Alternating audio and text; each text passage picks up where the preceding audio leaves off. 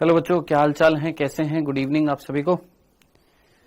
फिर से आ गया हूं मैं आज वापस से। दिन में भी आया था बैकलॉग सीरीज लेकर, अब वापस से अपनी नॉर्मल क्लास जो चल रही है, टॉपिक हमारा या चैप्टर हमारा जो चल रहा है मानव जनन, ह्यूमन रिप्रोडक्शन, ये हम कंटिन्यू कर रहे थे बेटा। ठीक है, आ गए हैं सारे? चलो जी, good evening good evening good evening जी, गुड इवनिंग। सो बेटा, इसमें हम पढ़ रहे थे सबसे पहले मानव जनन में नर जनन तंत्र, और इस नर जनन तंत्र में हमने सबसे पहले वृषण की बात कर ली थी, उसकी आंतरिक संरचना देख ली थी। उसके बाद में हमने सहायक नलिकाएं देखी, वृषण जाल, शुक्र वाहिकाएं, फिर अधिवृषण, फिर शुक्र वाहक, ये हमने बात कर ली थी। फिर उसके बाद हमने सहायक ग्रंथियों की बात करी, जिसमें आपका शुक्राशय, पुरोस्थ और कंदमूत्र पथ ग्रंथि की हम लोगों ने बात करी थी। अब इसके बाद लास्ट टॉपिक जो रह गया है नर जनन तंत्र में, वो क्या रह गया है आपका? शिशन। ठीक है, ये डायग्राम है, एक और डायग्राम है ये वाला, ये तभी समझ में आएंगे जब मैं आपको समझाऊंगा। ठीक है, आइए। तो किसकी बात कर रहे हैं बेटा? यहां पर शिशन की बात कर रहे हैं हम। यहां पर अंग्रेजी में हम क्या बोलते हैं? पेनिस। ठीक है, एक एक करके बिंदु हमें पढ़ना है। सबसे पहला बिंदु, शिशन जो होता है ये नर की बाह्य जननेंद्रिय होती है। क्या बोला हमने? ये नर की बाह्य जननेंद्रिय है, एक्सटर्नल जेनाइटल है। मतलब ये वो संरचना है जो संभोग प्रक्रिया में भाग लेती है, वो संरचना जो संभोग प्रक्रिया में पार्टिसिपेट करती है, वो संरचना जो संभोग प्रक्रिया में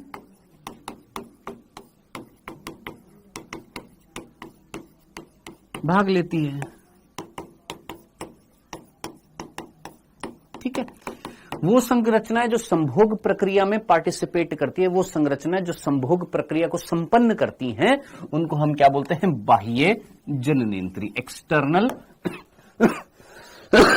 जेनाइटल बोलते हैं। तो नर का मेल्स में जो एक्सटर्नल जेनाइटल जो होता है, जो बाह्य जननेंद्रिय होती है, उसका नाम क्या होता है? पेनिस होता है। शिशन उसको हम नाम देते हैं। सिंपल सा बिंदु था। वो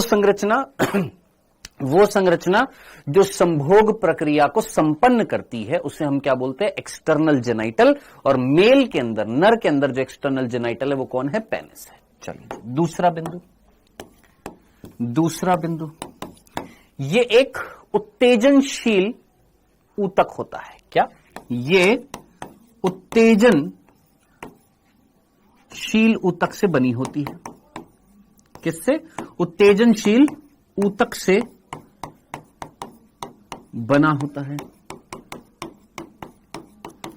उत्तेजनशील का मतलब अंग्रेजी में बोलते हैं इरेक्टाइल टिश्यू।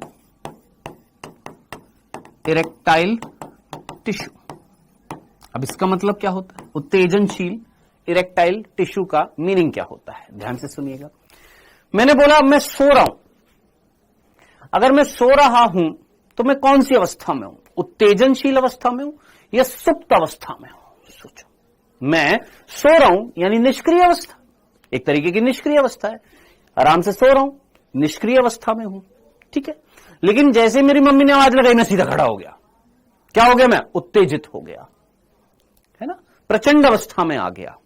तो उसी तरीके से शिशन जो होती है, ये भी एक इरेक्टाइल टिश्यू से बनी होती है, उत्तेजनशील ऊतक से बनी होती है। कौन? शिशन जो होता है ये किससे बना होता है?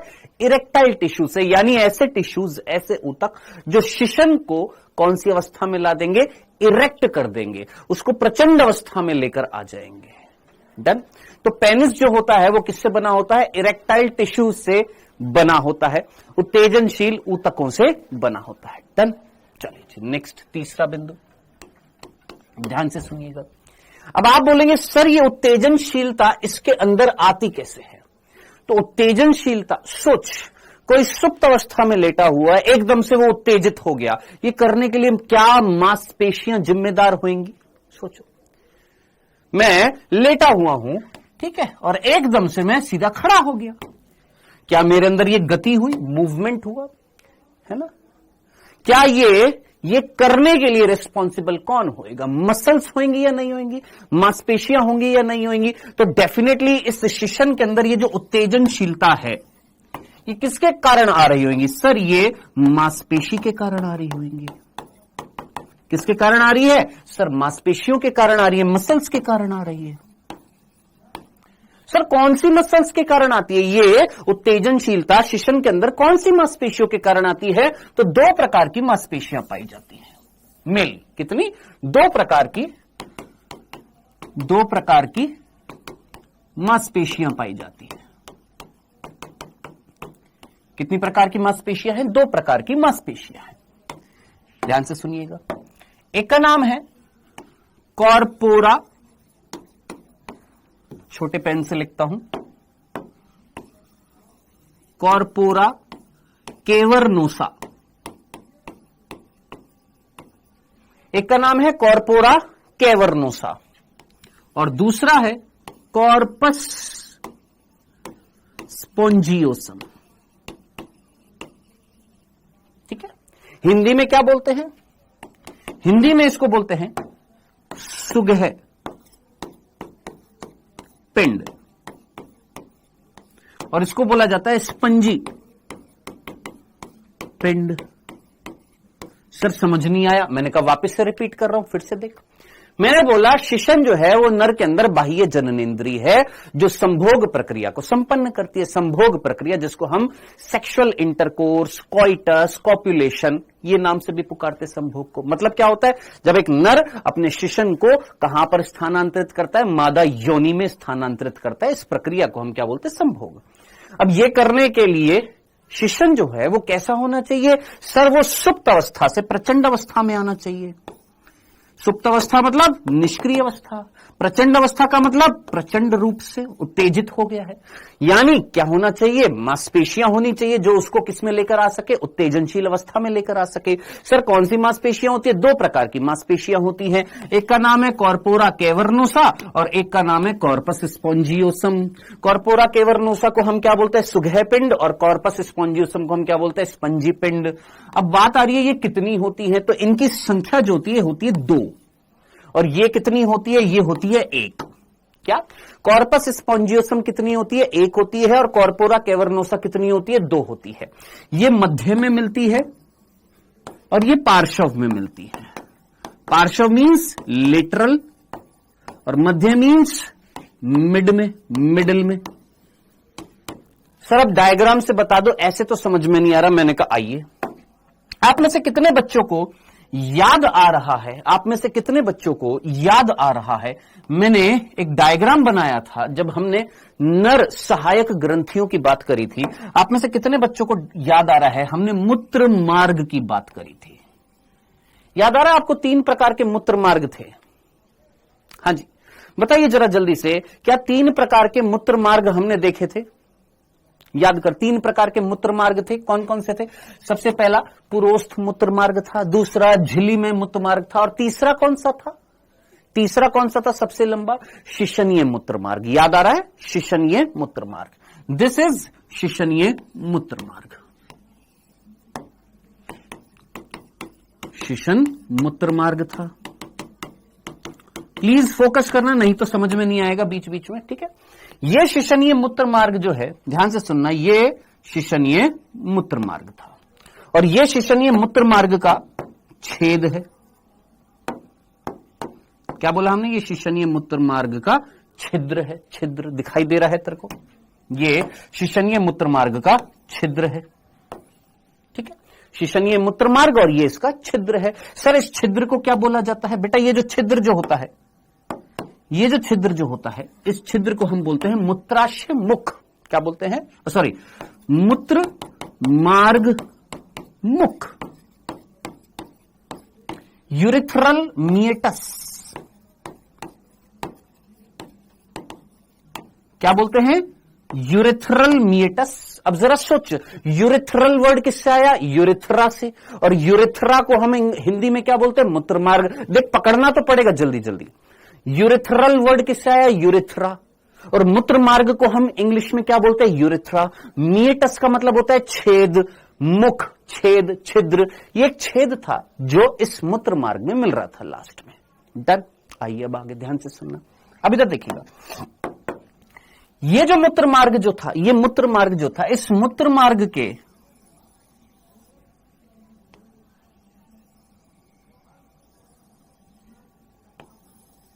इस तरीके से, ये जो मूत्र मार्ग जो था, इस मूत्र मार्ग के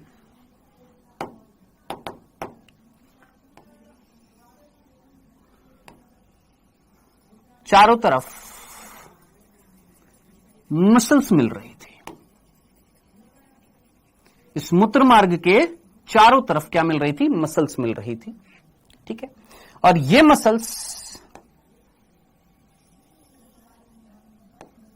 लास्ट में जाकर फूल जाती है इस तरीके से। ये मसल्स जो होती है ये लास्ट में जाकर फूल जाती हैं। प्लीज बात मत करिएगा, रिक्वेस्ट है आप सभी से, समझदार बच्चे हैं, समझने की कोशिश करिए, नहीं समझ में आएगा तो फिर दिक्कत होगी। वापस से सुन, ध्यान से सुन। तेरे को ये मूत्र मार्ग दिखाई दे रहा है अंदर से? हां सर। ठीक है, ये जो मूत्र मार्ग था इसको हमने क्या बोला? शिशन मूत्र मार्ग, पिनाइल यूरेथ्रा। इसका छेद क्या कहला रहा है? यूरेथ्रल मीएटस, मूत्र मार्ग मुख। अब ये जो पिनाइल यूरेथ्रा जो था, इसके चारों तरफ मसल्स मिल रही हैं। ये मसल जो पिंक कलर की मैंने बनाई है, इसका नाम है, ध्यान से सुनना, इसको हम बोलते हैं कॉर्पस स्पॉन्जियोसम। Corpus spongiosum. ठीक है, ये वाली, ये जो पिंक कलर की, इसका नाम है कॉर्पस स्पॉन्जियोसम। हिंदी में क्या बोला? स्पंजी पिंड बोला है। क्या बोला हिंदी में? स्पंजी पिंड। ये है स्पंजी पिंड। क्वेश्चन मैं आपसे पूछता हूं, ध्यान से सुनना, ये स्पंजी पिंड है और इस स्पंजी पिंड के यहां पर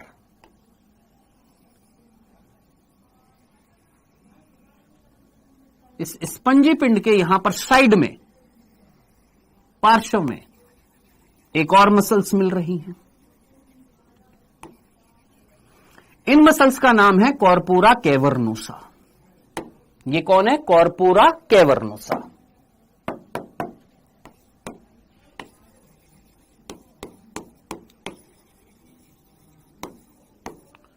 ठीक है जी, तो कॉर्पस स्पॉन्जियोसम, कॉर्पोरा कैवर्नोसा, ये आपकी दो प्रकार की मसल्स दिखाई दे रही हैं आपको। ये दो प्रकार की मसल्स है। अब ध्यान से सुनना, ये लास्ट वाला पोर्शन जो आपको दिखाई दे रहा है, इस शिशन का, ये शिशन है, इस शिशन का लास्ट वाला पोर्शन फूला हुआ दिखाई दे रहा है। हां सर, ये पोर्शन फूला हुआ दिखाई दे रहा है।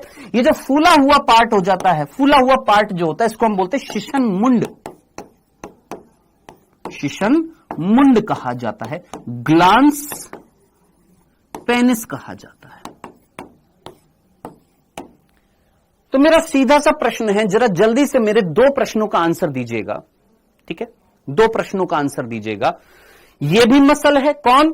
कॉर्पोरा कैवर्नोसा, ये भी मसल है। कॉर्पस स्पॉन्जियोसम, ये भी मसल है। मेरा क्वेश्चन सीधा सीधा, शिशनीय मूत्र मार्ग किसमें है? कॉर्पोरा कैवर्नोसा में है कि कॉर्पस स्पॉन्जियोसम में है? जल्दी से आंसर बताइएगा।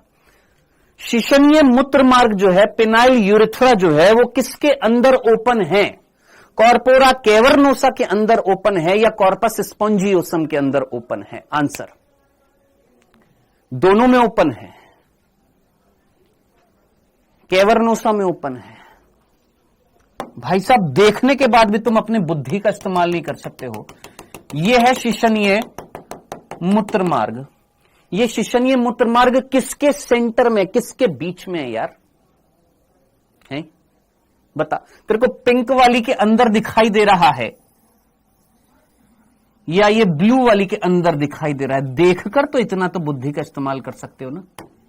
ये पिंक वाली के अंदर दिखाई दे रहा है या ब्लू वाली के अंदर दिखाई दे रहा है, इतना तो बुद्धि का इस्तेमाल कर सकते हो। ये किसके अंदर है? सर, ये कॉर्पस स्पॉन्जियोसम के अंदर है। तो पिनाइल यूरेथ्रा, अंग्रेजी में बोलते हैं penile urethra opens into corpus spongiosum. क्या?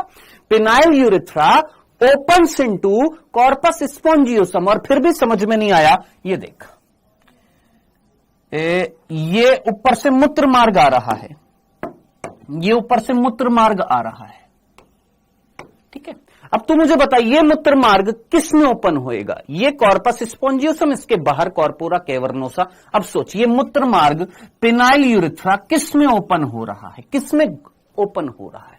अब तो आंसर आ जाएगा ना, किसमें? Corpus spongiosum. तो इतनी सी बात आपने याद रखनी है, क्या कि शिशन मूत्र मार्ग जो है,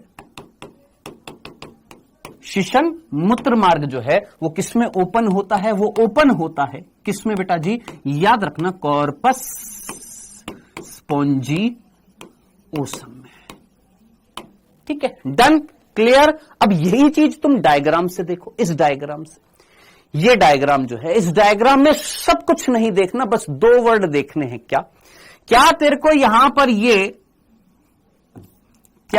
यहां पर ये वाला पोर्शन, ये जो मैंने लाल रंग से दिखाया है, क्या तेरे को यहां पर ये यूरेथ्रा लिखा हुआ दिखाई दे रहा है? और इस यूरेथ्रा के चारों तरफ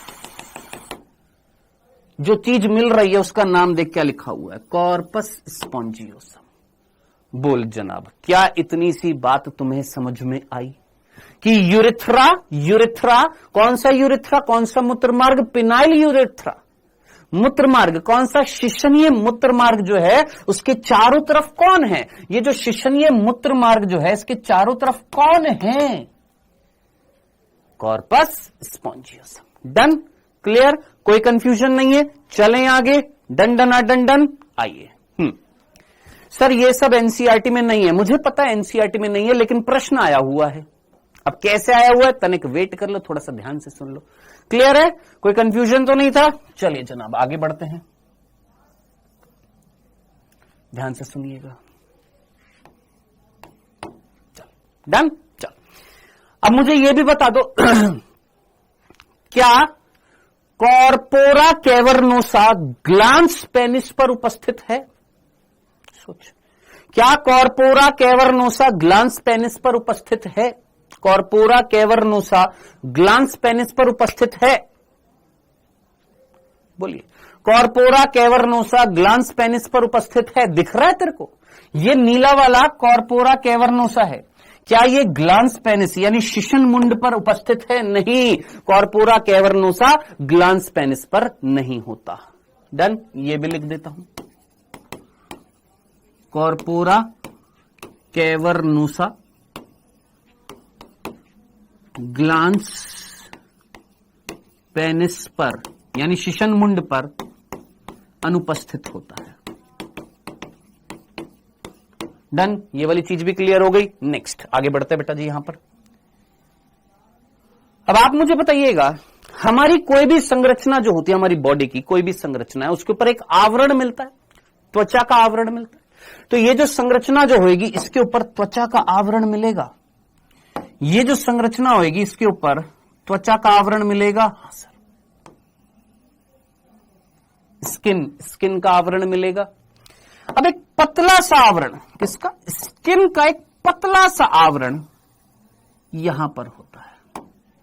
क्या बोला हमने? ये जो त्वचा जो आ रही थी, ये जो त्वचा आ रही थी, इस त्वचा का लास्ट पोर्शन पतला हो जाता है, और ये पतला सा पोर्शन किसका? त्वचा का एक झिल्ली के रूप में ग्लांस पेनिस के ऊपर है। तेरे को ग्लांस पेनिस दिखाई दे रहा है? ये वाला पोर्शन फूला हुआ भाग ग्लांस पेनिस है, और इस ग्लांस पेनिस के ऊपर त्वचा का पतला आवरण दिखाई दे रहा है। हाँ जी, क्या दिखाई दे रहा है? त्वचा का एक पतला सा आवरण दिखाई दे रहा है जो ग्लांस पेनिस को घेरे हुए है। इस तरीके से दिखाई दे रहा है त्वचा का एक पतला आवरण। ये त्वचा का एक पतला आवरण जो ग्लांस पेनिस के चारों तरफ है। ये जो पतला सा आवरण जो है, त्वचा का पतला सा जो आवरण जो है, इसे बोलते हैं प्रीप्यूस या फोर स्किन। ये जो त्वचा का पतला आवरण जो होता है ग्लांस पेनिस के ऊपर, इसको क्या बोलते हैं बेटा? प्रीप्यूस। लिख देता हूं यहां पर, त्वचा का पतला आवरण किसके ऊपर? ग्लांस पेनिस के ऊपर, ग्लांस पेनिस के ऊपर क्या कहलाता है बेटा? याद रखना, क्या? फोर स्किन या प्रीप्यूस कहलाता है। इसको अंग्रेजी में फोर स्किन या प्रीप्यूस कहते हैं। डन, ओके जी। अब इस प्रीप्यूस के अंदर, इस प्रीप्यूस के अंदर यहां पर कुछ ग्रंथियां होती हैं। इस प्रीप्यूस के अंदर क्या होती है? कुछ ग्रंथियां होती हैं जिनको हम बोलते हैं प्रीप्यूशियल ग्लैंड। इंग्लिश में लिख दूं, प्रीप्यूशियल ग्लैंड। और ये प्रीप्यूशियल ग्लैंड से एक बार एम्स में क्वेश्चन आया था। ये प्रीप्यूशियल ग्लैंड जो होती है, ये होती है तेल ग्रंथियां, सेबेशियस ग्लैंड बोला जाता है। क्या? ये जो प्रीप्यूशियल ग्लैंड जो होती हैं, ये जो प्रीप्यूशियल ग्लैंड जो होती हैं, ये होती है तेल ग्रंथि। अंग्रेजी में तेल ग्रंथि को हम बोलते हैं सीबेशियस ग्लैंड, जो एक प्रकार का तेलीय पदार्थ, एक ऑयली सिक्रीशन करती है, तेलीय पदार्थ स्रावित करती है। और ये जो ऑयली सिक्रीशन जो होता है, तेलीय पदार्थ जो होता है, ये क्या करता है? ये इस फोर स्किन को ग्लांस पेनिस से चिपकाए रखता है। क्या? ये जो फोर स्किन जो थी, बाहरी आवरण जो था पतला सा, उसको ग्लांस पेनिस से चिपकाए रखता है ये तेलीय पदार्थ। और ये जो तेलीय पदार्थ होता है, इसको हम बोलते हैं स्मेग्मा। तो वो बच्चा जो लगातार परसों से बोल रहा था स्मेग्मा क्या होता है, स्मेग्मा क्या होता है, ये होता है स्मेग्मा। ठीक है, तो स्मेग्मा एक तेलीय पदार्थ है, एक सीबम भी बोल दिया जाता है इसको, एक प्रकार का सीबम है। सीबम मींस ऑयली सिक्रीशन है, तेलीय पदार्थ है, सिबेशियस तेल ग्रंथि से निकलता है। उस तेल ग्रंथि का नाम है प्रीप्यूशियल ग्लैंड। और ये स्मेग्मा क्या करता है? इस पतले से आवरण को, ये जो त्वचा का पतला सा आवरण था जिसे हमने क्या बोला है, इस त्वचा के पतले आवरण को क्या बोला है? Four skin. इस फोर स्किन को यहां पर ग्लांस पेनिस से चिपकाए रखता है, एज ए प्रोटेक्शन करता है। और अगर इंफेक्शन हो जाता है, किसका? प्रीप्यूशियल ग्लैंड का क्या हो जाता है? इंफेक्शन हो जाता है, बैक्टीरियल इंफेक्शन हो जाता है। वे लड़के जो साफ सफाई नहीं रखते हैं, नहाते धोते नहीं हैं, तो हो सकता है प्रीप्यूशियल ग्लैंड का क्या हो जाए? इंफेक्शन हो जाए, बैक्टीरियल इंफेक्शन हो जाए। उस इंफेक्शन को हम बोलते हैं बेलेनिटिस।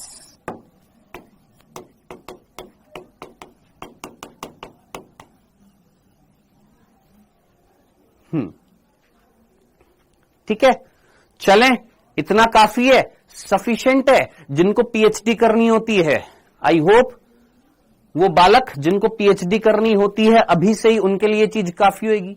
नहीं तो वो इंस्टाग्राम पे दूसरे टीचर से फिर पूछने लग जाते हैं कि ये क्या होता है, वो क्या होता है। कोर्स से संबंधित बातें पढ़ते नहीं है, तो उनको नॉलेज देखनी है टीचर की। ले मेरे भाई, बेलेनिटिस क्या है? बेलेनिटिस इन्फेक्शन है। किसका इन्फेक्शन है? प्रीप्यूशियल ग्लैंड का, जिसमें स्मेग्मा जो होता है वो चिपका देता है।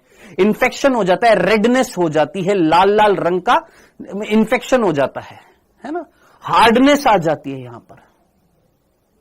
और इस कंडीशन में डॉक्टर के पास जाते तो डॉक्टर सर्जरी करता है, जिसमें ये जो फोर स्किन होती है इसको हटाया जाता है। सर्कमसीशन बोला जाता है उसको अंग्रेजी में।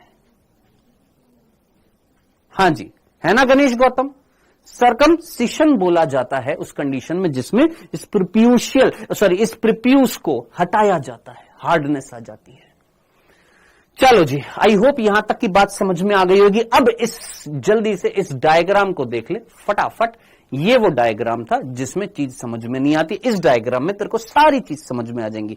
सोच, ये कौन सा मूत्र मार्ग आ रहा होगा? देख, एक ही झटके में तेरे को सारी चीज समझ। ये कौन सा मूत्र मार्ग आ रहा होगा? शिशनीय मूत्र मार्ग आ रहा है। हाँ सर, इस शिशनीय मूत्र मार्ग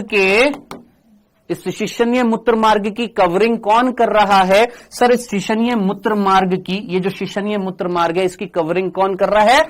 कॉर्पस स्पॉन्जियोसम।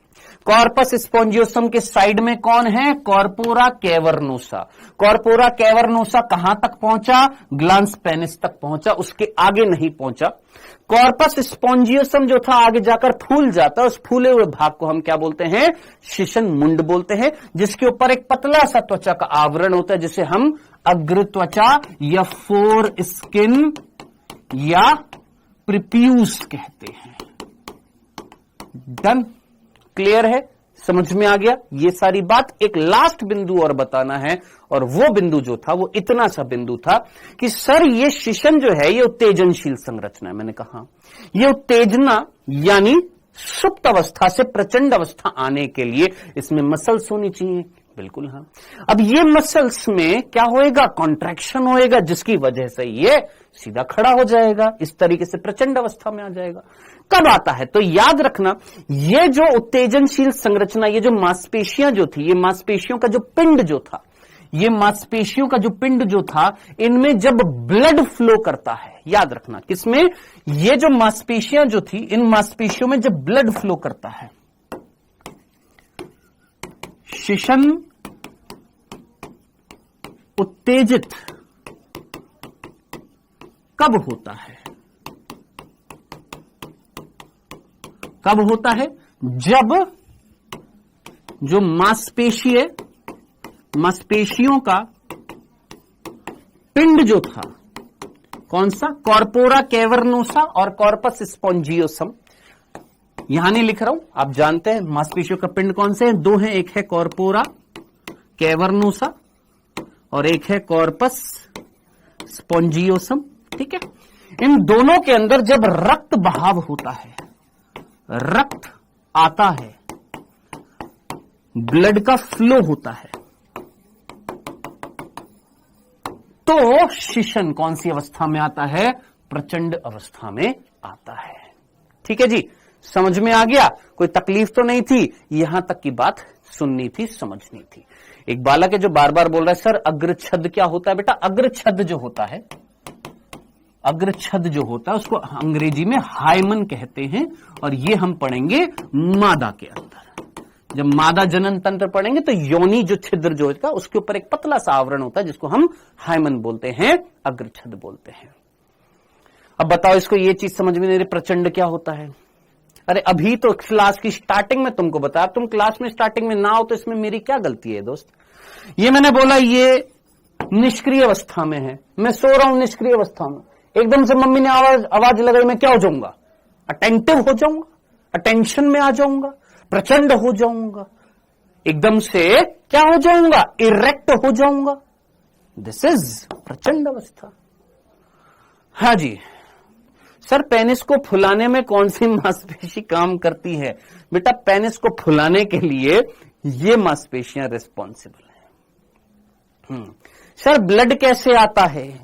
हे भगवान, ब्लड बेटा नलिकाओं से आता है।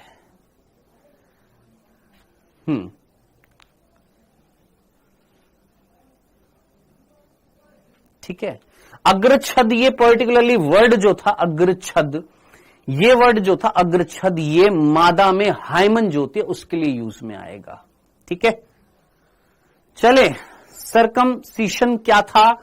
अभी तेरे को बताया कि भाई अगर इन्फेक्शन हो जाता है किसमें? इस ग्लैंड में, तो ये स्मेग्मा गाढ़ा हो जाता है, जिसकी वजह से ये त्वचा जो पतली सी त्वचा है ये ग्लांस पेनिस से जुड़ जाती है, हार्ड हो जाती है। उस कंडीशन में इसको अलग करना पड़ता है, उस अलग करने की प्रक्रिया को सरकमसीशन कहते हैं। ठीक है, अब दूसरी बात, कई बच्चे बोल रहे हैं सर अग्रछद जो है, अग्रछद जो है, अग्रछद जो है सर, इसी अग्रछद जो है यही तो थी ये फोर स्किन जो थी। मेरे बेटा अग्रछद का मतलब क्या है? एक्चुअली अग्रछद वर्ड हिंदी का हाइमन के लिए यूज में आता है, लेकिन हाइमन भी क्या है? एक पतला सा आवरण है, त्वचा का पतला आवरण है, और ये त्वचा का पतला आवरण जो होता है जिसको हम हाइमन बोलते हैं, ये मादा में होता है।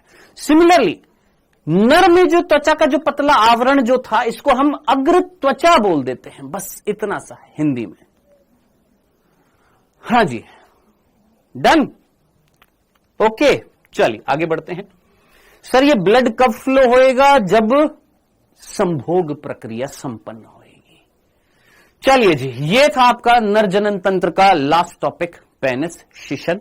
अब आगे बढ़ते हैं। इसके बाद अगला टॉपिक जो आता है वो आता है शिशन के बाद अगला टॉपिक जो आता है वो आता है मादा प्रजनन तंत्र। अब हम किसकी बात करने वाले हैं? फीमेल रिप्रोडक्टिव सिस्टम की। आइए आगे बढ़ते हैं, फीमेल रिप्रोडक्टिव सिस्टम की बात करते हैं। देखिए, मादा प्रजनन तंत्र जो होता है वो किससे बना होता है? आपको नर प्रजनन तंत्र याद आ रहा है? नर जनन तंत्र किससे बना हुआ था? 4 चीजों से बना हुआ था। हाँ जी,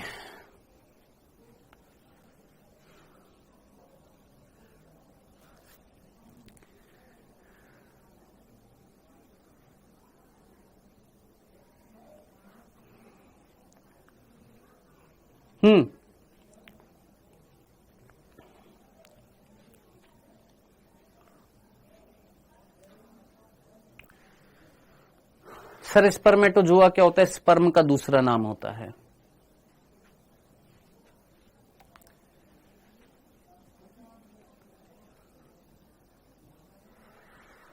अरे मेरे भाई, अग्र छद लिखा है, छिद्र नहीं लिखा,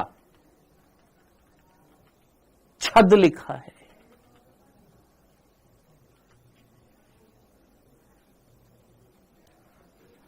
नरजनन तंत्र किससे बना हुआ था? सर नरजनन तंत्र जो था वो किससे बना हुआ था? एक जोड़ी वृषण से, सहायक नलिकाओं से, सहायक ग्रंथि से, बाह्य जननेंद्रिय से। सिमिलरली मादा में क्या होता है? एक जोड़ी वृषण तो होगा नहीं, प्राथमिक लैंगिक अंग क्या होएगा बेटा जी? यहां पर एक जोड़ी अंडाशय, फिर क्या होएगी? सहायक नलिका। कौन होएगी? देखते हैं। फिर होएगी सहायक ग्रंथि। कौन होएगी? देखते हैं। और फिर होएगा बाह्य जननेंद्रिय। ठीक है, बाह्य जननेंद्रिय नर में क्या कहला रही थी? शिशन। मादा में क्या कहलाती है? भग कहलाती है, वल्वा। ठीक है, तो ये हम पढ़ेंगे सारी की सारी चीजें। ठीक है, सो हम ये कुल मिलाकर जैसे नर प्रजनन तंत्र पढ़ा, ऐसे मादा प्रजनन तंत्र पढ़ेंगे। सबसे पहले क्या पढ़ेंगे सर इसमें? सबसे पहले हम किसकी बात करेंगे? अंडाशय की। आइए, तो सबसे पहले किसकी बात करेंगे सर? सबसे पहले इसकी बात करेंगे। ये कौन है? अंडाशय, ओवरी बोलेंगे। ठीक है, तो एक एक करके चीज पढ़ता है अंडाशय से संबंधित। ये डायग्राम आपकी एनसीईआरटी में, इसको भी समझेंगे। आइए, अंडाशय की बात कर रहे हैं। सबसे पहला बिंदु, बिंदु दर बिंदु चीजें आपने पढ़नी है। सबसे पहला बिंदु अंडाशय, जिसको हम अंग्रेजी में क्या बोलते हैं? ओवरी कहते हैं। फर्स्ट बिंदु, सीधा सीधा ये जो ओवरी जो होती है ये कहां पर होती है? ये ओवरी जो होती है, ये ओवरी जो होती है ये कहां पर होती है? क्या ये हमारे मादाओं में कहां पर होगी? सोच, शीर्ष में होएगी, ग्रीवा में होएगी, वक्ष में होएगी, उदर में होएगी, श्रोणी में होएगी। तो ये होती है कहां पर? उदर गुहा में। याद रखना, एक जोड़ी किसमें होती है? उदर गुहा में। कहां पर होती है? एक जोड़ी होती है। कहां पर होती है? इसकी पोजीशन क्या होती है? एक जोड़ी कहां पर होती है? उदर गुहा में होती है। दूसरा बिंदु, दूसरा बिंदु, ये जो, एक सेकेंड, मच्छर खा गए। ये जो ओवरी जो होती है, ये जो ओवरी जो होती है ये बादाम की आकृति की होती है। किसकी होती है? बादाम आकार जितनी होती है। कितनी होती है? बादाम के आकार जितनी होती है। इसकी लंबाई जो होती है 2 से 4 सेंटीमीटर इसकी लेंथ होती है, लंबाई होती है। ठीक है, सिंपल सा। एक जोड़ी कहां पर मिल रही है? उदर गुहा में मिल रही है। बादाम आकार की जितनी होती है लगभग 2 से 4 सेंटीमीटर की होती है। तीसरा बिंदु, ध्यान से सुनिएगा बेटा जी, यहां पर ये जो ओवरी जो होती है ये किससे जुड़ी हुई होती है? ये ओवरी किससे जुड़ी हुई होती है? अगर हम संरचना देखें मादा के अंदर तो इस तरीके से ये होता है गर्भाशय। इस गर्भाशय से क्या निकलती है? फैलोपियन नलिका। वो फैलोपियन नलिका इस तरीके से उंगली नुमा संरचनाएं बनाती है। यहां पर होती है ये ओवरी, और ये ओवरी गर्भाशय की भित्ति से जुड़ी रहती है। सिंपल सी चीज मैंने बोली, ये है अंडाशय और ये अंडाशय किसकी भित्ति से जुड़ा हुआ है? सर ये अंडाशय किसकी भित्ति से जुड़ा हुआ है? ये अंडाशय जो है ये गर्भाशय की भित्ति से जुड़ा हुआ है। किसके द्वारा? एक स्नायु के द्वारा, एक लिगामेंट के द्वारा। वापस से सुन, बातें मत कर, मत हाथों को यूज में ले, फोकस कर यहां पर जो मैं चीज बता रहा हूं। ये अंडाशय किससे जुड़ा हुआ है? सर ये अंडाशय इस गर्भाशय से जुड़ा हुआ है। किसके द्वारा? ये संरचना के द्वारा। ये जो लाल रंग की तुम संरचना देख रहे हो, ये लाल रंग की संरचना जो किसको जोड़ रही है? अंडाशय को गर्भाशय की भित्ति से जोड़ रही है। इस संरचना का नाम होता है ओवेरियन लिगामेंट। क्या बोलते हैं इसको? Ovarian ligament. तो ओवेरियन लिगामेंट सर हिंदी में क्या बोलते हैं? अंडाशय स्नायु। अंडाशय स्नायु। तो अंडाशय स्नायु क्या करता है? सर ये ओवरी को गर्भाशय की भित्ति से जोड़ता है। आवाज नहीं आ रही है? आवाज आ रही है भाई? आ रही है, आवाज आ रही है? ठीक है।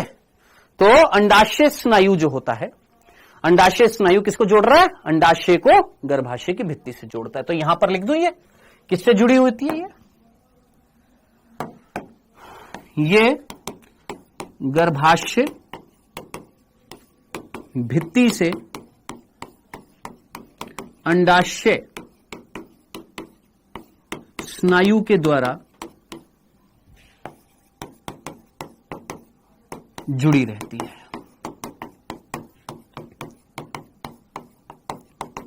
डन, कोई तकलीफ नहीं थी, समझ में आ गया। ये जी लाल रंग की ओवेरियन लिगामेंट।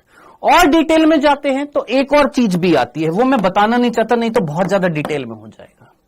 ये ओवेरियन लिगामेंट जो था, अंडाशय स्नायु जो था, ये कहां से उत्पन्न होता है? यहां से, इस तरीके से। ये ऐसे उत्पन्न होता है। कौन? अंडाशय से उत्पन्न होता है और धीरे धीरे बढ़ते बढ़ते बढ़ते इसको इससे जोड़ देता है ना। एक और लिगामेंट होता है, एक और लिगामेंट होता है जो गर्भाशय से निकलता है, उसको हम बोलते हैं ब्रॉड लिगामेंट। ठीक है, तो उसकी कोई जरूरत नहीं है, अभी सिंपल तरीके से चीज को समझना था। अंडाशय गर्भाशय की भित्ति से जुड़ा हुआ है इस स्नायु के द्वारा जिसका नाम है ओवेरियन लिगामेंट। डन, चलिए आगे बढ़ते हैं, ध्यान से सुनिएगा। विपिन गैंगवार लास्ट टाइम है, अगर फालतू की ये स्पैम करेगा मैं क्लास से बाहर निकाल दूंगा। सर बुक वाले फिगर से समझाओ।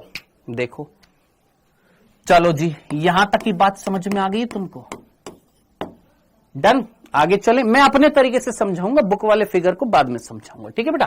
तो एक जोड़ी कहां पर है? उदर गुहा में है, बादाम की आकृति की होती है, गर्भाशय भित्ति से ये अंडाशय स्नायु के द्वारा जुड़ी होती है। अब इस डायग्राम से भी देख सकता है, ये देख, क्या तेरे को ये अंडाशय दिख रहा है? हाँ सर।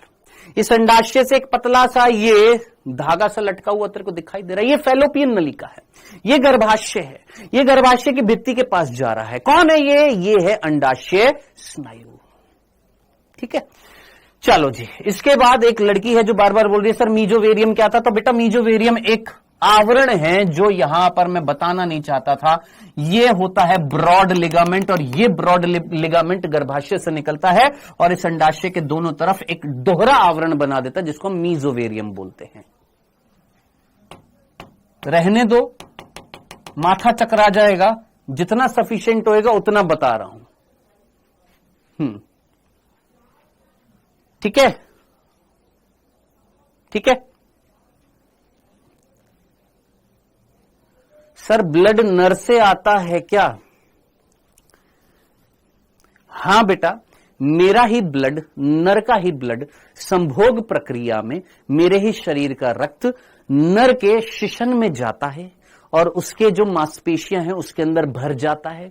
जब वो भर जाता है तो मसल्स कॉन्ट्रैक्ट होती है जिससे वो पेनिस जो है वो प्रचंड अवस्था में आ जाता है। ठीक है प्रभु, चले आगे, आइए। डन, यहां तक की बात समझ में आ गई है। नेक्स्ट अगला बिंदु, तीसरे के बाद चौथा बिंदु। चौथा बिंदु जरा ध्यान से सुनिएगा, यहां तक की बात अगर आपको समझ में आ गई। चौथा बिंदु है संरचना। चौथा बिंदु जो है वो है स्ट्रक्चर। किसकी स्ट्रक्चर? अंडाशय की स्ट्रक्चर। अब देखो, अंडाशय की स्ट्रक्चर ये भी है, इंग्लिश में भी है और हिंदी में भी है, लिखी हुई है।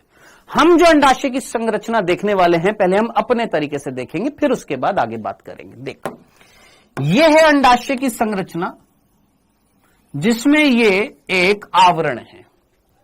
प्लीज फोकस कर ले बेटा, प्लीज फोकस कर ले।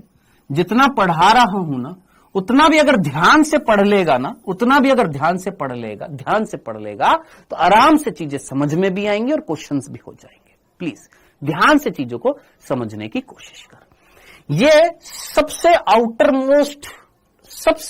आउटर मोस्ट लेयर दिखाई दे रही है तेरे को अंडाशय की? हां जी सर, ये जो आउटर मोस्ट लेयर जो है, ये बनी होती है घनाकार उपकला से। अब मैं ये बार बार रिपीट नहीं करूंगा कि घनाकार उपकला कौन सी होती है, जो घन आकृति की होती है, क्यूबॉइडल शेप होती है। ये जो आउटर मोस्ट लेयर जो आपको दिखाई दे रही है, इसका नाम है जनन उपकला, जर्मिनल एपिथेलियम। अब आप मुझे बताइए, क्या आपको ये वर्ड पहले सुना सुना सा लग रहा है, या आप लोगों ने इसे सुना सुना कर दिया है? जरा जल्दी से मुझे बताइएगा। हां जी,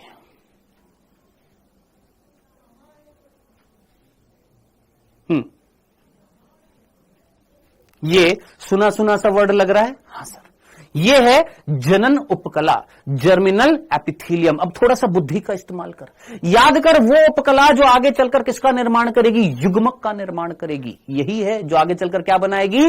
अंडाणु बनाने के लिए उत्तरदायी होगी। कौन होगी? ये जनन उपकला। डन। अब इस जनन उपकला के अंदर, इस जनन उपकला के अंदर की तरफ, बाहर की तरफ नहीं,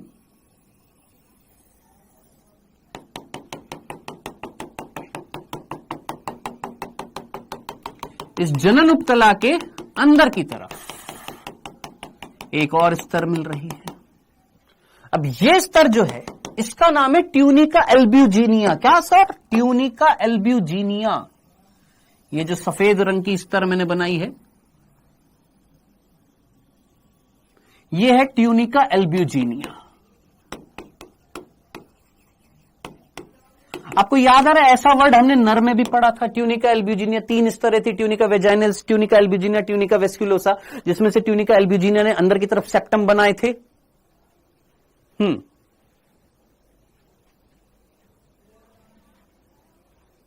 याद आ रहे हैं? तो ये है ट्यूनिका एल्ब्यूजिनिया। डन। नेक्स्ट, अंदर क्या मिल रहा है? अंदर एक गाढ़ा द्रव्य मिल रहा है। क्या बोला हमने? अंदर एक गाढ़ा द्रव्य मिल रहा है। ठीक है, ये जो गाढ़ा द्रव्य जो होता है, इसको हम बोलते हैं स्ट्रोमा। और ये स्ट्रोमा 2 भागों में विभाजित होता है। बीच में ज्यादा गाढ़ा होता है, बीच में ज्यादा गाढ़ा होता है, और परिधि पर हल्का गाढ़ा होता है। जो परिधि वाला भाग जो होता है, इसको हम बोलते हैं वल्कुट, और जो बीच वाला भाग जो होता है, इसको हम बोलते हैं मध्यांश। तो क्या मैं ये नहीं बोल सकता स्ट्रोमा जो है 2 भागों में बटा होता है? बाहर की तरफ वल्कुट और अंदर की तरफ मध्यांश। सर इंग्लिश में क्या बोलते हैं वल्कुट को? Cortex medulla. इतनी सी बात। ठीक है, अब इधर देख, ये सारी चीजें समझ में आ गई। अब इधर देख, जनन उपकला, ये चीज क्लियर है। आउटर मोस्ट लेयर जो होती है, ये जनन उपकला कैसी कोशिकाओं से बनी होती है? घनाकार। याद रखना, कौन सी कोशिकाओं से बनी होती है? घनाकार। याद रखना, क्यूबॉइडल। ये जो ट्यूनिका एल्ब्यूजिनिया जो होती है बेटा जी, ये एक प्रकार का संयोजी ऊतक होता है। ये सफेद रेशे में संयोजी ऊतक होता है। क्या? सफेद रेशे में संयोजी ऊतक होता है। सफेद रेशे में संयोजी ऊतक होता है।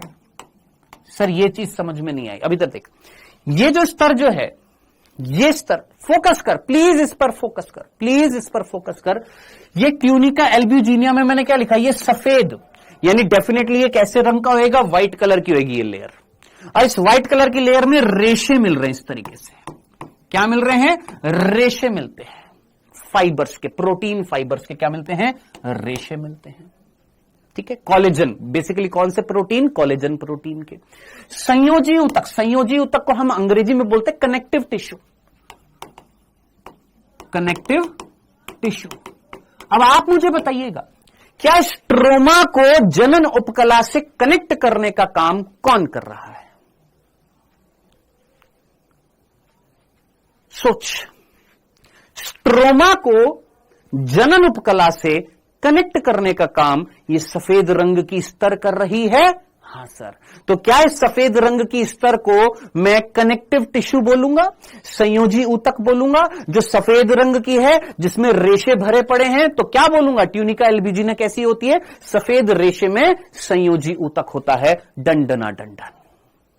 क्लियर? चलें आगे। ये इतनी ही संरचना, इतनी सी बातें आपने याद रखनी है। ठीक है सर, अंदर क्या मिलता है? इसके अंदर क्या मिलता है? स्ट्रोमा, ये जो स्ट्रोमा है इसके अंदर क्या मिलता है? तो बेटा इस स्ट्रोमा के अंदर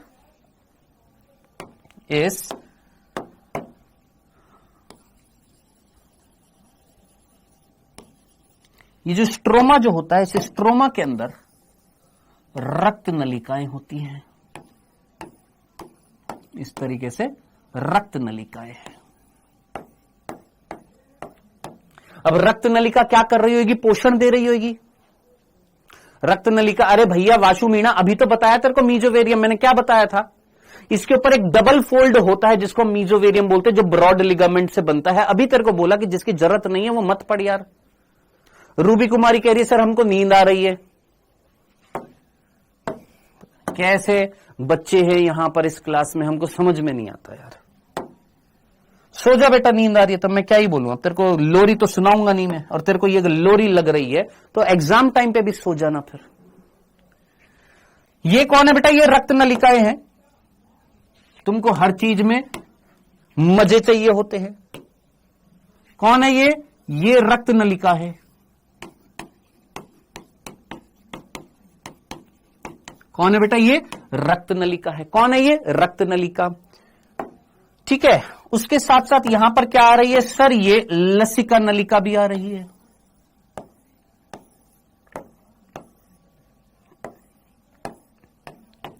कौन आ रही है? ये लसिका नलिका है।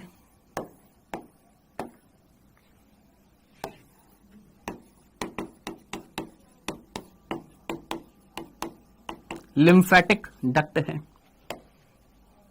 उसके साथ और कौन आ रही है सर? उसके साथ साथ यहां पर तंत्रिका आ रही है। कौन आ रही है? तंत्रिकाएं आ रही हैं।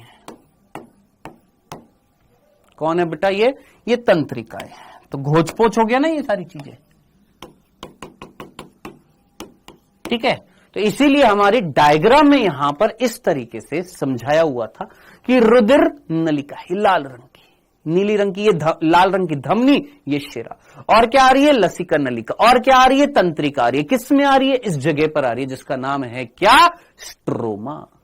ये लाल रंग की क्या है बेटा? Blood vessels. और नीले रंग की जो है ये भी ब्लड वेसल्स है। लाल रंग की जो है धमनी है, नीले रंग की क्या है? शिरा है। उसके अलावा लसिका नलिका भी आती है, लिम्फेटिक वेसल्स भी आती है, उसके अलावा तंत्रिका भी आती है। किसमें आती है? इस स्ट्रोमा में आती है। इतनी सी बात बतानी थी। डन? क्लियर? इतनी सी बात समझ में आ गई है। तो इसीलिए इस डायग्राम को हम ऐसे दिखाते हैं।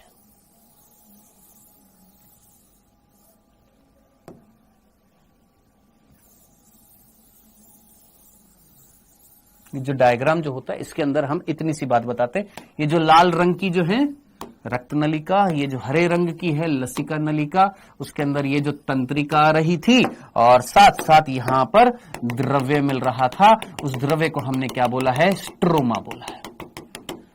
अब इस द्रव्य में बीच वाला पार्ट क्या कहला रहा था? मध्यांश कहला रहा था। और इस किनारे वाला क्या कहला रहा था? वलकुट कहला रहा था। इस द्रव्य में, इस स्ट्रोमा में तुमको कुछ संरचनाएं दिखाई देंगी। यहां पर क्या? प्राथमिक पुट्टी, द्वितीय पुट्टी, ग्रेफियन पुट्टी टूटती हुई, ऐसे कुछ वर्ड दिखाई देंगे। देखिए यहां पर प्राथमिक पुट्टी, द्वितीय पुट्टी, तृतीय पुट्टी, ग्रेफियन पुट्टी टूटती हुई, जिसमें से बाहर क्या निकल रहा है? अंडाणु। है ना।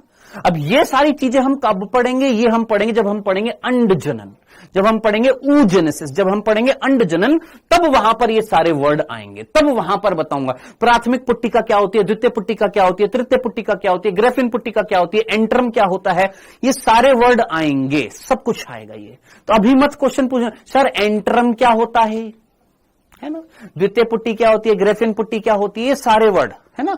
कॉर्पस ल्यूटियम क्या होती है, पीत पिंड क्या होता है, कॉर्पस एल्बिकेंस क्या होता है, कॉर्पस हीमोरेजिकम क्या होता है, ये सारे वर्ड आएंगे। कब आएंगे, जब हम अंडजनन और आर्तव चक्र पढ़ेंगे तब ये सारे वर्ड आएंगे। ठीक है, डन। चलिए, ये था सबसे पहला पोर्शन हमारी क्या, अंडाशय, जिसमें वापस से रिपीट कर रहा हूं, एक जोड़ी कहां पर होती है, उदर गुहा में होती है, बादाम आकृति की होती है, 2 से 4 सेंटीमीटर इसकी लंबाई होती है, गर्भाशय भित्ति से अंडाशय स्नायु के द्वारा, ये अंडाशय स्नायु है जिसके द्वारा ये गर्भाशय की भित्ति से जुड़ी रहती है।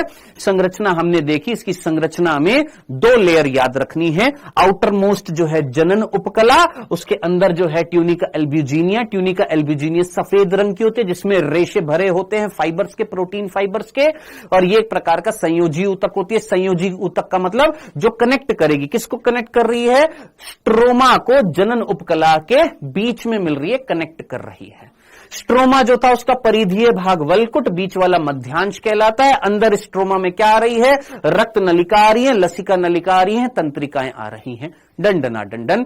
ये थी बात किसकी, अंडाशय की। अब दूसरा बिंदु, सबसे पहले हमने क्या पढ़ा सर, सबसे पहले हमने पढ़ा इतना सा था हमारा क्या, अंडाशय। अब तू देख, फील कर, तूने जब वृषण पढ़ा था तो कितना डिटेल में पढ़ा था ना एक एक चीज।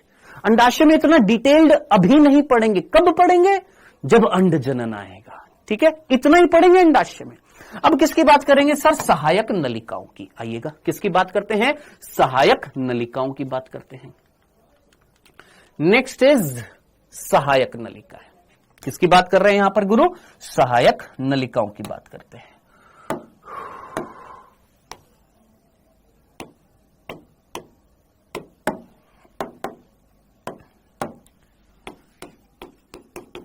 अब आप मुझे बताइएगा, सहायक नलिकाओं को हम प्राथमिक लैंगिक अंग बोलेंगे कि द्वितीय लैंगिक अंग बोलेंगे। अच्छा, यहां पर अंडाशय को हम प्राथमिक लैंगिक अंग बोलेंगे, ये लिखने की जरूरत तो नहीं है ना मेरे भाई।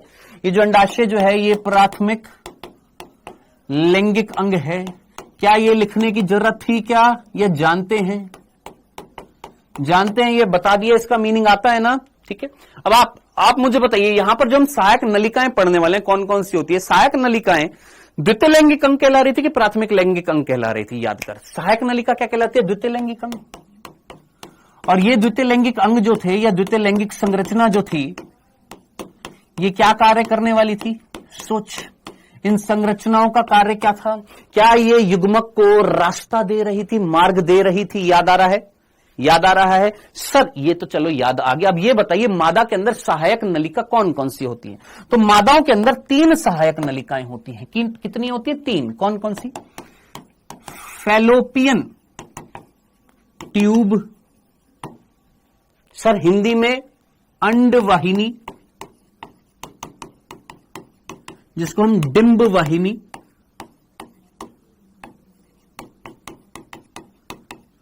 अंड नलिका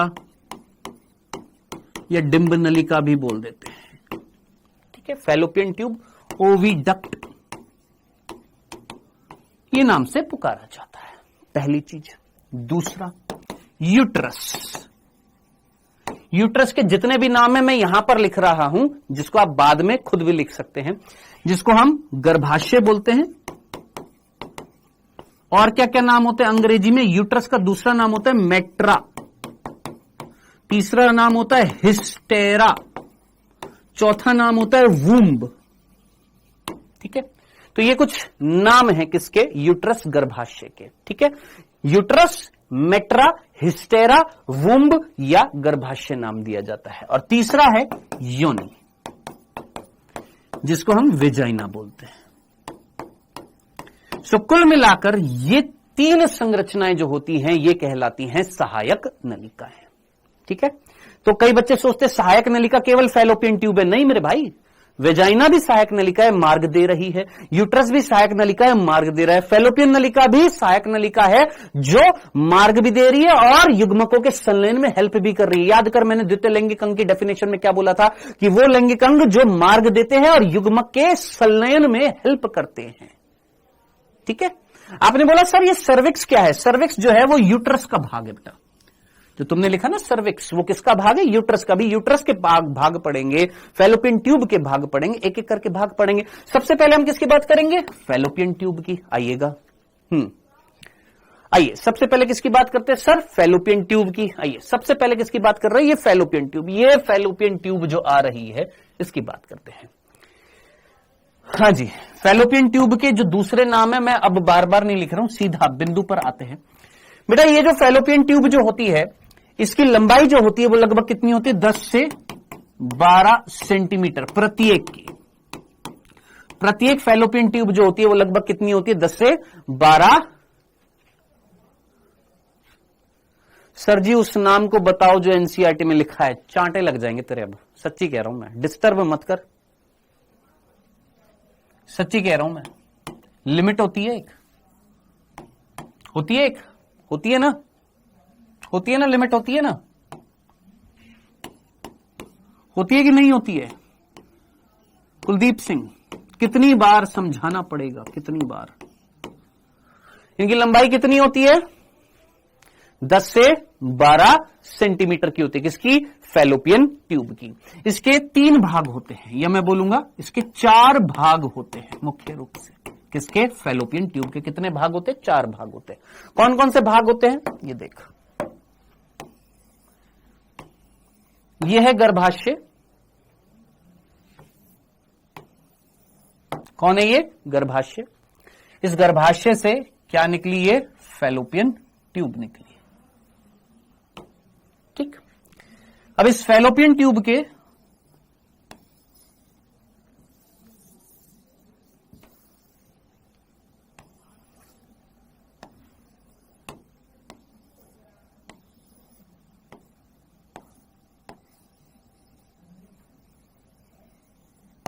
चार भाग हैं। कौन कौन से 4 भाग है? फर्स्ट, सेकंड, थर्ड और ये वाला फोर्थ। ये टोटल 4 भाग है। अब इन भागों के नाम क्या है? इन 4 भागों के नाम क्या है? सबसे पहला फर्स्ट जो है ये वाला भाग, इसको हम बोलते हैं कीपक, इनफंडिब्यूलम।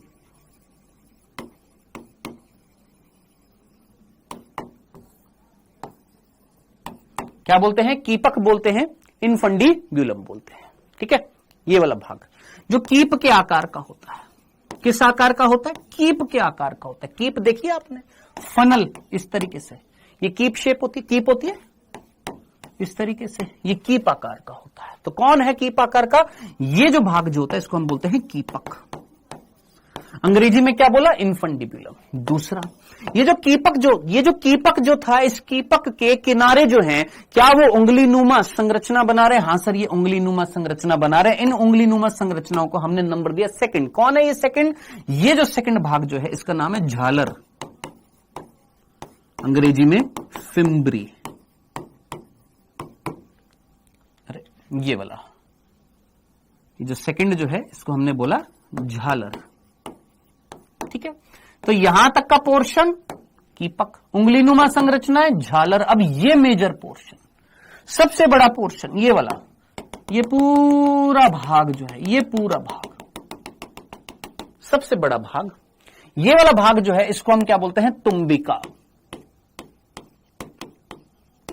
क्या नाम देते हैं इसको? हम क्या बोलते हैं? तुम्बिका बोलते हैं।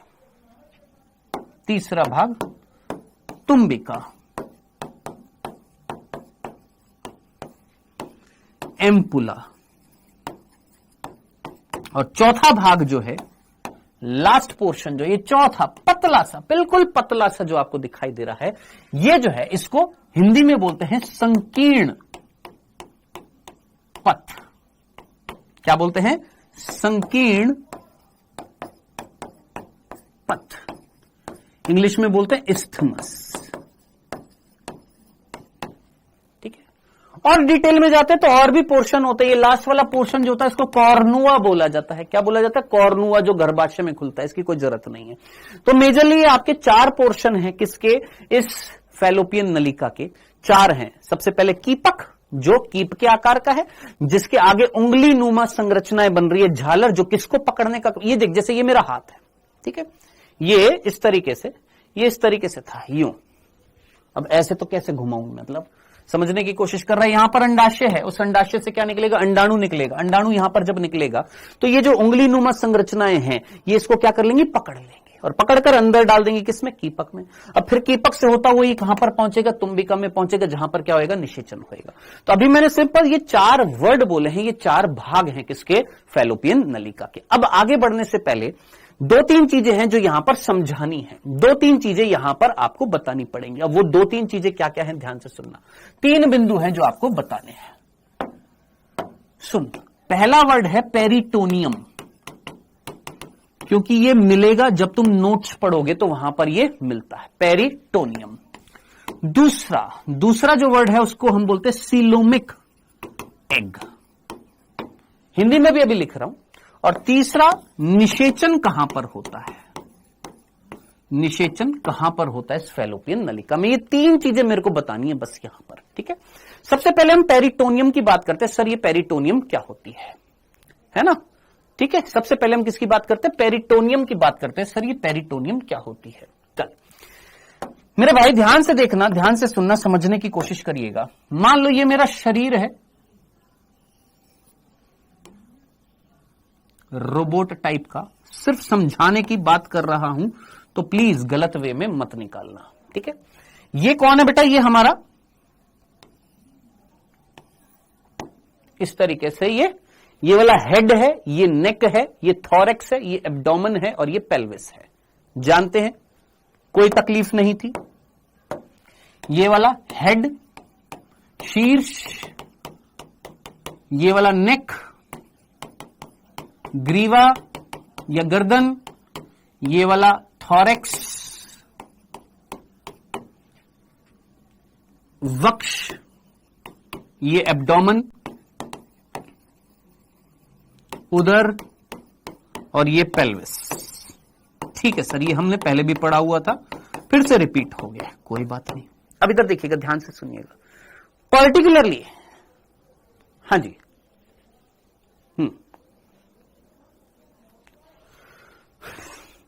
इधर देखना पायल जायसवाल, इधर ध्यान से सुनो। ये जो एब्डोमेन और पेल्विस के अंदर मैं पूछने वाला हूं सवाल,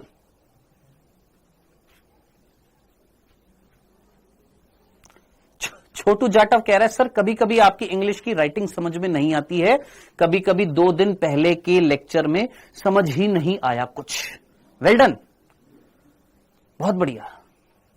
इधर देख छोटू जाटव, ध्यान से सुन।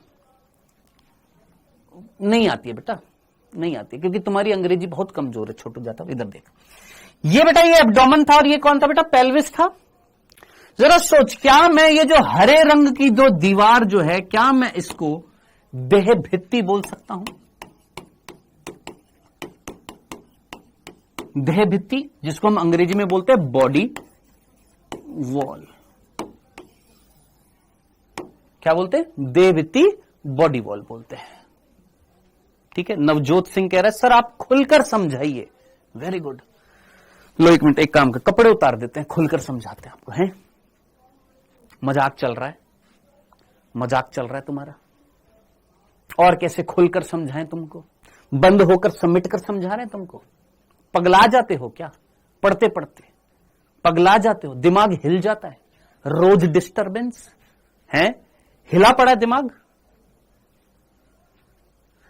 तुमको कोई चीज समझा रहे हैं, खुलकर ही समझा रहे, बंद होकर तो नहीं समझा रहे। हाँ, रूम बंद है यार, इरिटेट मत किया करो टीचर को, थोड़ा लॉजिक के साथ सोचो। तुम्हारा फ्यूचर मेरे हाथों में है, मत बिगाड़ो अपना फ्यूचर। लास्ट टाइम बोल रहा हूं ये, अब ये लास्ट टाइम। थोड़ी मैच्योरिटी दिखाओ, इंसान बन जाओ, जानवरों की तरह पेश मत आया करो। इंसानों में और दूसरे जानवरों में फर्क है। इंसान हो तुम, जानवर नहीं हो। तो थोड़ा इंसानों की तरह पेश आया करो कि कोई टीचर कोई चीज समझा रहा है, सर खुलकर समझाओ। सर आपकी अंग्रेजी की राइटिंग समझ में नहीं आती। वेल्डन विकास कुमार, पता नहीं और कौन से खुलकर समझाना है। इतनी देर से चीजें समझा रहा हूं, अभी तक इसको ये नहीं समझ में आया खुलकर समझा रहा हूं कि बंद होकर समझा रहा हूं। देह भित्ति जिसको हम क्या बोलते हैं, बॉडी वॉल बोलते हैं। ये पूरी मेरे शरीर की वॉल जो है, बॉडी की वॉल जो है, इसको हम क्या बोलते हैं, देह भित्ति बोलते हैं। क्या इतनी सी बात समझ में आ गई है? जरा जल्दी से, ये जो मूर्ख प्राणी जो यहां पर कमेंट करते हैं, इन कमेंट्स को दबाने के लिए जो समझदार बच्चे जरा एक बार थम्स अप का निशान दे दीजिए, ताकि इन मूर्खों की पहचान जो है थोड़ी देर के लिए खत्म हो जाए। विचित्र प्राणी आ जाते क्लास में बिल्कुल ही।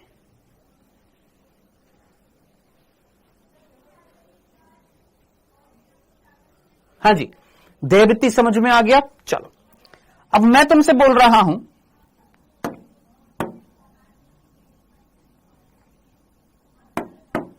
ध्यान से देखना।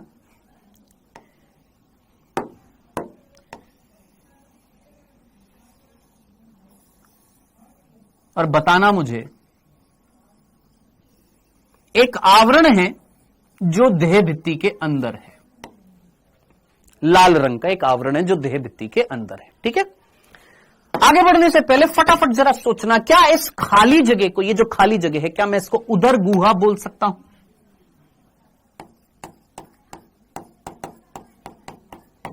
और क्या मैं इसको श्रोणी गुहा बोल सकता हूं?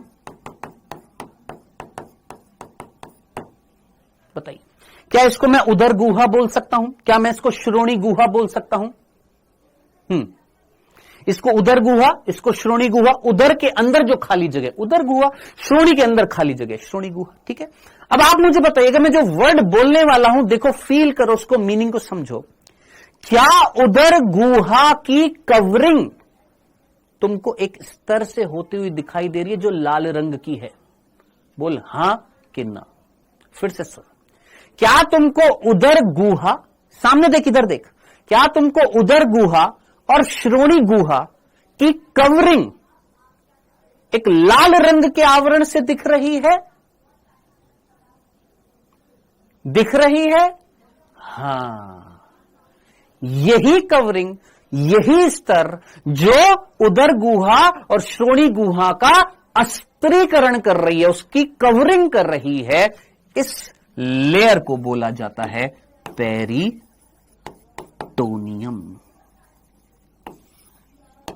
अभी खत्म नहीं हुआ, रुको, सब्र करो। पेरिटोनियम जो उदर गुहा और श्रोणी गुहा की कवरिंग कर रही है। ठीक है, चलो नेक्स्ट। अब इस उदर गुहा के अंदर मान लीजिए एक अंग है। कौन है? हमारी उदर गुहा के अंदर एक अंग है, मान लीजिए मादा है। उस मादा के अंदर ये अंडाशय है। कौन है ये? अंडाशय है। ठीक, कोई तकलीफ नहीं। कौन है बेटा? ये अंडाशय है। या मान लीजिए ये आते हैं। कौन है ये? आंत है, इंटेस्टाइन है। ठीक,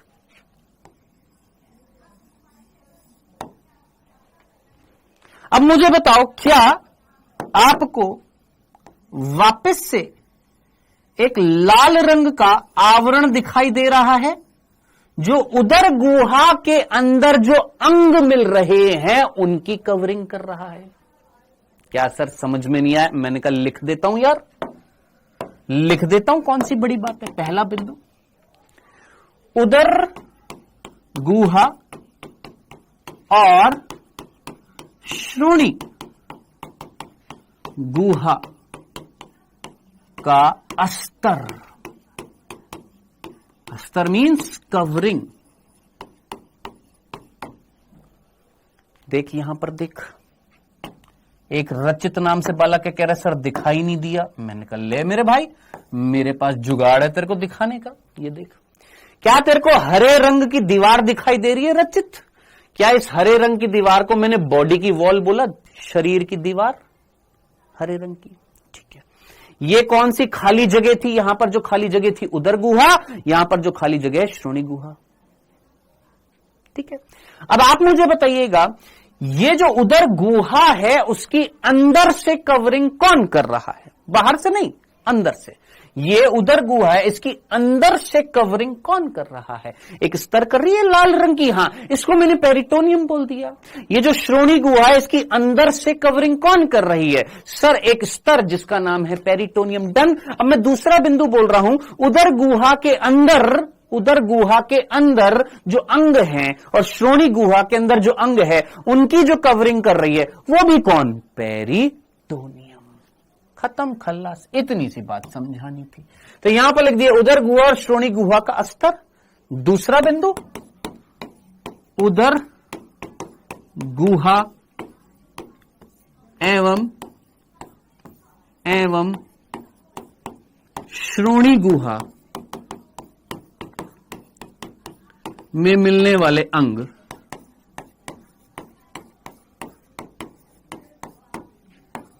अंगों का अस्तर। कौन है ये? साहब, ये दोनों अस्तर जो हैं, यानी दोनों कवरिंग जो है, उसको हम बोलते हैं पेरिटोनियम। लो मेरे भाई, क्या तुमको पेरिटोनियम समझ में आई? और नहीं आई तो लेक्चर दोबारा देख लेना, इतना वेट नहीं करूंगा अब। डन। ये थी पेरिटोनियम। डन, क्लियर है? अब ये क्यों बताया? ये इसलिए बताया क्योंकि जब आप बड़े बड़े मॉड्यूल पढ़ते हो, बड़ी बड़ी, सर अस्तर होगा, अस्तर ही तो लिखा है मैंने, अस्तर ही तो लिखा है। अब तेरे को हिंदी भी समझ में नहीं आ रही तो मैं क्या करूं बता? अस्तर।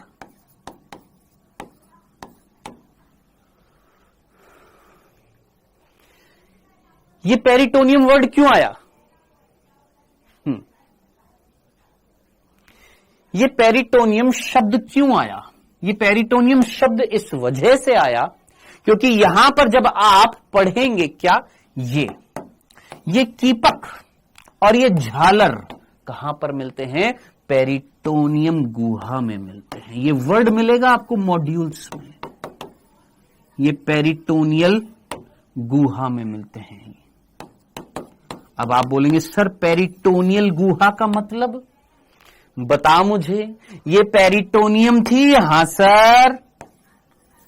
इस पेरिटोनियम के अंदर जो खाली जगह, वो पेरिटोनियम गुहा बोल दे। किसकी पेरिटोनियम गुहा? एब्डोमेन की गुहा, चाहे उदर गुहा बोल दे या पेरिटोनियम की उदर गुहा बोल दे, या इसको श्रोणी गुहा बोल दे या श्रोणी की पेरिटोनियल गुहा बोल दे। तो ये बड़ा कंफ्यूज कर देता है। और सिंपल तरीके से बता देता हूं मेरे भाई, ये पेरिटोनियम, ये गुहा, उदर के रेस्पेक्ट में उदर गुहा, पेरिटोनियम के रेस्पेक्ट में पेरिटोनियम गुहा। अब ये वर्ड आता है क्या कि कीपक और झालर जो होते हैं ये पेरिटोनियम गुहा में खुलते हैं। अब पेरिटोनियम गुहा क्या होगी? जो गुहा, एक खाली जगह जो पेरिटोनियम से कवर्ड होएगी। एक खाली जगह, ये खाली जगह जो पेरिटोनियम से कवर्ड होएगी, उसको मैं पेरिटोनियल गुहा बोलूंगा। यहां पर आकर ये झालर और कीपक ओपन होते हैं। ये है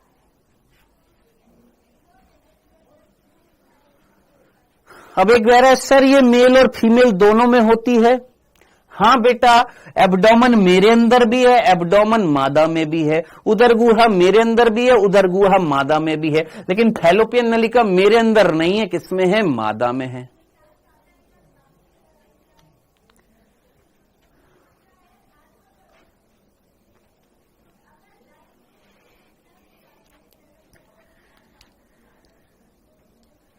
देखो सोनम कुमारी और कुछ बच्चे हैं, देखो तुम नहीं चाहते हो कि मैं पढ़ाऊं तो मैं साफ साफ मेरे को बता दो, मैं बंद कर दूंगा क्लास।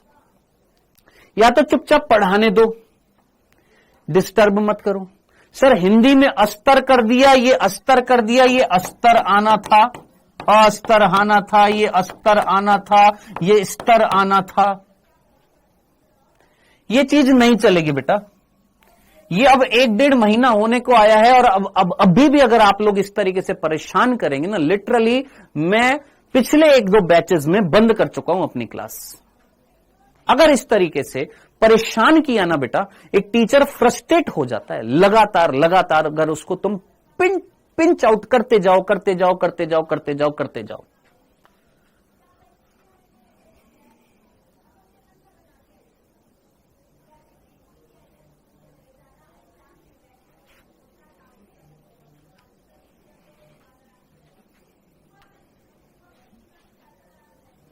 जान पूछ के ना इतना परेशान नहीं करते बेटा।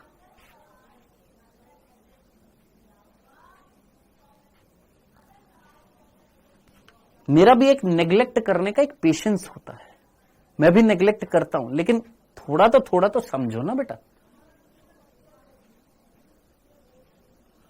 हाँ जी, सो पेरिटोनियम समझ में आ गया। What is peritoneum? पेरिटोनियम वो आवरण है जो हमारे अंदर उदर गुहा और श्रोणि गुहा की कवरिंग करता है अंदर से। डन। वो गुहा पेरिटोनियल गुहा कहला सकती है। अगर वो उदर की है तो उदर गुहा, श्रोणि की है तो श्रोणि गुहा। डन। ये जो कीपक और झालर जो होते हैं, ये कीपक और झालर जो होते हैं, ये पेरिटोनियल गुहा में खुलते हैं। किसमें? पेरिटोनियल गुहा में खुलते हैं।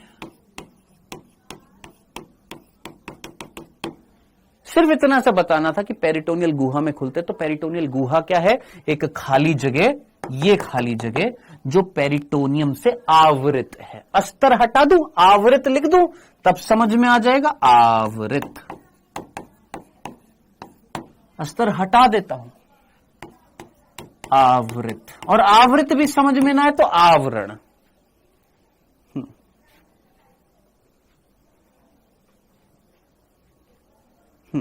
डन। आवरण, आवृत, कवरिंग।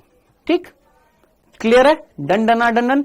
ये था पहला वर्ड पेरिटोनियम। नेक्स्ट दूसरा है सिलोमिक एग। अब सिलोमिक एग का मतलब क्या है? प्रेगुहीय अंडाणु। प्रेगुहीय अंडाणु। सर ये क्या होता है? प्रेगुहीय अंडाणु का मतलब क्या होता है? इधर ध्यान से सुन। देखिए ये कौन था? इधर देखना, ये कौन था सर? ये हमारा अंडाशय था। हाँ सर, कौन है बेटा? ये हमारा अंडाशय है। मादा में कौन है? अंडाशय है। अंडाशय से पुचक क्या निकलेगा? हाँ जी, अंडाशय से क्या निकलेगा? सोचो, इस अंडाशय से क्या निकलेगा? पेरिटोनियम भी बोलते हैं, पेरिटोनियल भी बोलते हैं, एक ही बात है मेरे भाई। सोचो क्या निकलेगा? अंडाणु। अब अंडाणु निकलेगा तो क्या इस खाली जगह पर निकल रहा है? क्या ये खाली जगह है? खाली जगह दिखाई दे रही है तेरे को, जिसको पकड़ लेगा? मेरे भाई यूं समझ, ये देख, अरे ये देख, ये देख, ये मान ले ये अंडाणु है, ये सफेद रंग का अंडाणु है। ये ले भाई, ये ले, ये अंडाणु है। ठीक है, ये मेरा हाथ जो था ये अंडाशय है। डन। ये मेरा हाथ क्या है? अंडाशय है। और नीचे ये उंगली नुमा संरचना है, झालर है। अब ये इससे, इस अंडाशय से क्या निकलेगा? अंडाणु। पर गिर गया। अंडाशय से क्या निकलेगा? अंडाणु। फिर गिर गया। अंडाशय से क्या निकलेगा? सर अंडाणु निकलेगा और ये इसको पकड़ लेगा। ठीक है, कौन? ये उंगली नुमा संरचना पकड़ लेगी।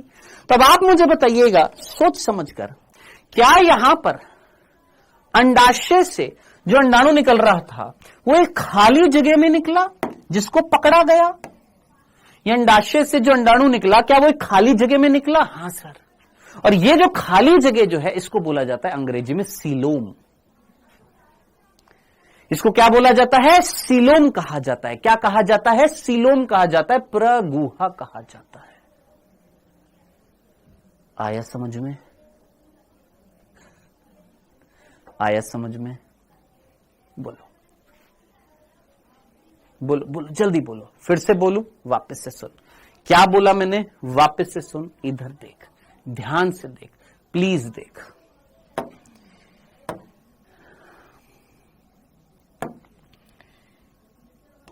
ये हमारे अंदर आहार नाल होती है, आहार नाल सुना है, आहार नाल, एलिमेंट्री कैनाल जिससे भोजन आता है, ठीक है, ये आहार नाल है।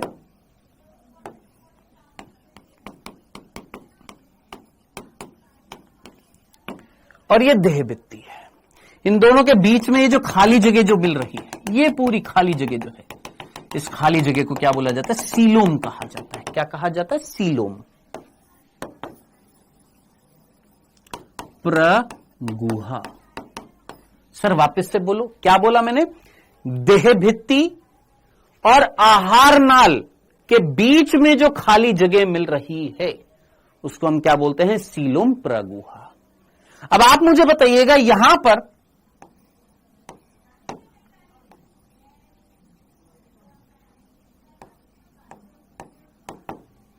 पर जो अंडाशय जो था, उस अंडाशय से जो अंडाणु निकल रहा था, क्या वो एक खाली जगह पर निकला? वो खाली जगह को क्या मैंने सीलोम बोला या नहीं बोला? क्या इस अंडाशय से जो अंडाणु निकला इस खाली जगह पर निकला जिसको पकड़ा गया? क्या ये सीलोम है या नहीं है? हां है। तो ऐसे अंडाणु जो सीलोम के अंदर निकलते हैं, खाली जगह में निकलते हैं, उनको हम क्या बोलते हैं? सीलोमिक एग, जो प्रगुहा में अंडाशय से निकलते हैं।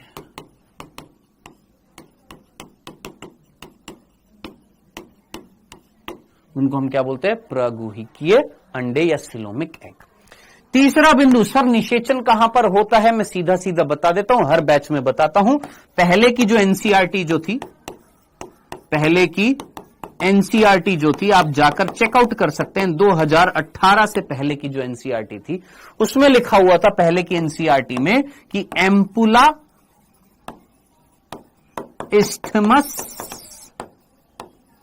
जंक्शन, जंक्शन यानी संधि। क्या मतलब? कि पहले की एनसीईआरटी में लिखा हुआ था कि निषेचन, निषेचन मींस अंडाणु और शुक्राणु का संलयन कहां पर होता है? पहले की एनसीईआरटी में यहां पर बताया था। जरा सोच, ये कौन? एम्पुला, ये कौन? इस्थमस, ये कौन? तुम्बिका, ये कौन? संकीर्ण पथ। यहां पर बैठा है कौन? यहां पर बैठा है ये अंडाणु। कहां पर बैठा है? किसकी संधि पर? तुम्बिका और संकीर्ण पथ, एम्पुला और इस्थमस के जंक्शन पर बैठा है। ठीक है, यहां पर होता है निषेचन। पहले की एनसीईआरटी में लिखा होता है, लेकिन वर्तमान में जो एनसीईआरटी जो है, आज अभी जो एनसीईआरटी जो है, उस अभी के एनसीईआरटी के अकॉर्डिंग, अभी जो एनसीईआरटी जो है, ठीक है, प्रेजेंट में जो एनसीईआरटी है उसके अकॉर्डिंग निषेचन कहां पर होता है? तो याद रखना, एम्पुला में होता है। और मेरे को पता है कई बच्चे हैं जिनको विश्वास नहीं होगा मेरी बातों पर। नहीं होता तो नहीं होता। जाके एक काम करना, पुरानी एनसीईआरटी खोलना और नई एनसीईआरटी जो है उसको खोलना, आपको डिफरेंस मिल जाएगा। पुरानी एनसीईआरटी में लिखा हुआ था यहां पर होता है, लेकिन नई एनसीईआरटी में बोला है यहां पर होता है। कहां पर? एम्पुला भाग में होता है, जंक्शन पर नहीं होता है।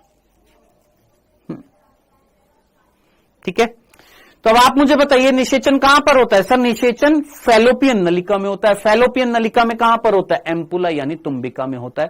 ये तीन बिंदु मेरे को तुमको समझाने थे। आई होप आपको फैलोपियन ट्यूब समझ में आ गई होगी।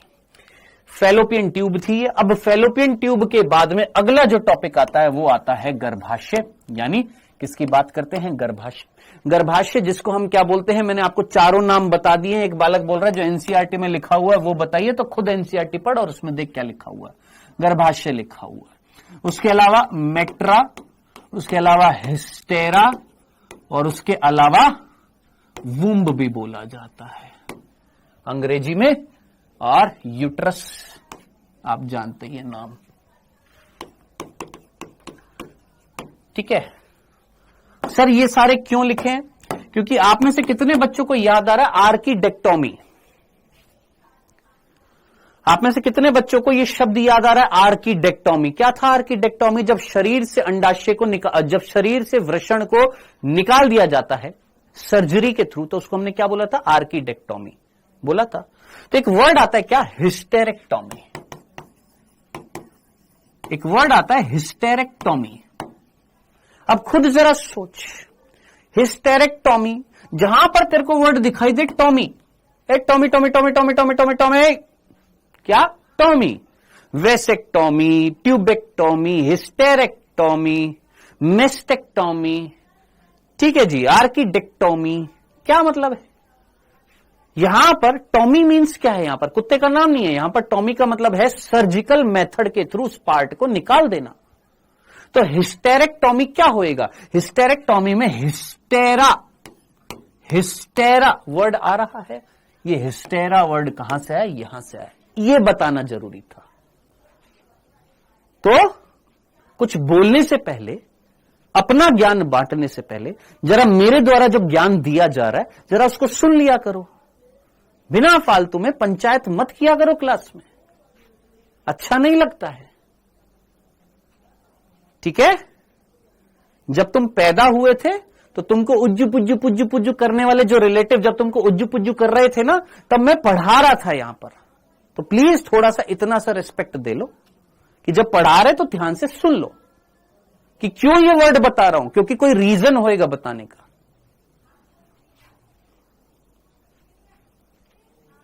ठीक, तो hysterectomy means removal of uterus. अब ये मत कहना सर ये भी समझ में नहीं आया अंग्रेजी में क्या लिखा हुआ है। रिमूवल ऑफ यूट्रस, यूट्रस को शरीर से बाहर निकाल देना हिस्टेरेक्टोमी कहलाता है। क्यों निकाल देते हैं? जैसे मैं अपना पर्सनल एग्जांपल देता हूं, मेरी मदर को यूट्रस में क्या हो गया था? गांठ बन गई थी, a kind of cancer, a kind of tumour, tumour जिसको हम बोलते हैं। अब मेरे को पता है कई बच्चे बोलेंगे ट्यूमर क्या होता है? अविभेदित ट्यूमर क्या होता है? अनियंत्रित कोशिकाएं जो लगातार विभाजन करती रहती है, किसका निर्माण करती है? आबुर्द का, ट्यूमर का, जो बाद में कैंसर में परिवर्तित हो जाता है। ठीक है, तो ये जो समूह जो बनता है लगातार विभाजन करने वाली कोशिकाओं का, अनियंत्रित रूप से जो विभाजन करती है, अनकंट्रोल्ड विभाजन करने वाली कोशिकाओं का समूह जो होता है उसको हम क्या बोलते हैं? ट्यूमर। तो वो ट्यूमर ज्यादातर फीमेल्स में यूट्रस में बनता है। क्यों? क्योंकि फीमेल्स में एक साइकिल होती है जिसको हम बोलते हैं मेंस्ट्रुअल साइकिल, और वो मेंस्ट्रुअल साइकिल जिसको हम आर्तव चक्र बोलते हैं, वो आर्तव चक्र जब बंद होती है लगभग 50 की एज में, 45, 50, 55 की एज में जब आर्तव चक्र बंद होते हैं तो बॉडी में हार्मोनल चेंजेस आते हैं। क्योंकि आर्तव चक्र को कौन नियंत्रित करता है? हार्मोन्स नियंत्रित करते हैं, प्रोजेस्टेरोन, एस्ट्रोजन, है ना। और ये जब नहीं बनते, क्यों? क्योंकि आर्तव चक्र जब बंद हो जाता है तो ये नहीं बनते तो बॉडी में चेंज आते हैं, और बॉडी में चेंजेस कुछ इस तरीके से आते हैं कि आबुर्द का निर्माण हो सकता है। तो फीमेल्स में ज्यादातर यूटेराइन कैंसर होता है, यूट्रस में कैंसर होता है। डन। सो मेरी मदर के ये कंडीशन पैदा हुई, पैदा होने के बाद वेट बहुत ज्यादा बढ़ गया, डॉक्टर को बताया, उन्होंने बोला यूट्रस में ट्यूमर पैदा हो रहा है तो उसको निकालना पड़ेगा। इतनी मोटी गांठ निकली थी, मैंने अपनी आंखों से देखी थी। तो सर्जरी के थ्रू पूरा यूट्रस निकाल दिया जाता है, उसको हम क्या बोलते हैं? हिस्टेरेक्टोमी। हां जी, डन, क्लियर। चलें आगे।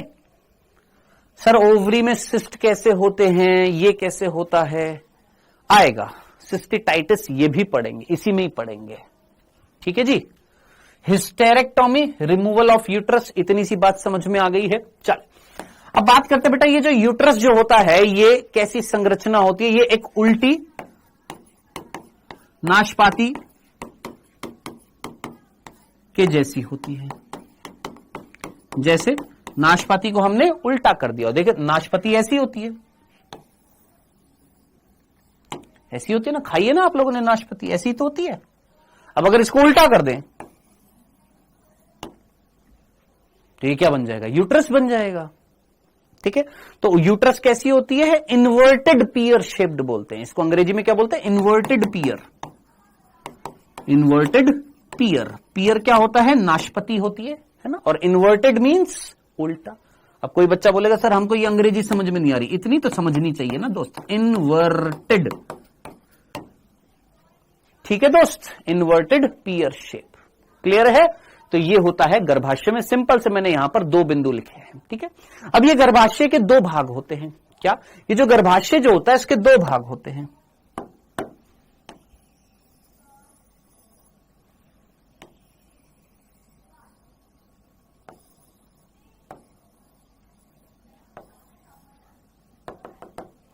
ये जो गर्भाशय है इसके दो भाग होते हैं, यहां से तो फैलोपियन ट्यूब आ रही है, यहां से फैलोपियन ट्यूब आ रही है। सॉरी, गर्भाशय के 3 भाग होते हैं, माफ करिएगा, गर्भाशय के कितने भाग होते हैं? 3 भाग होते हैं।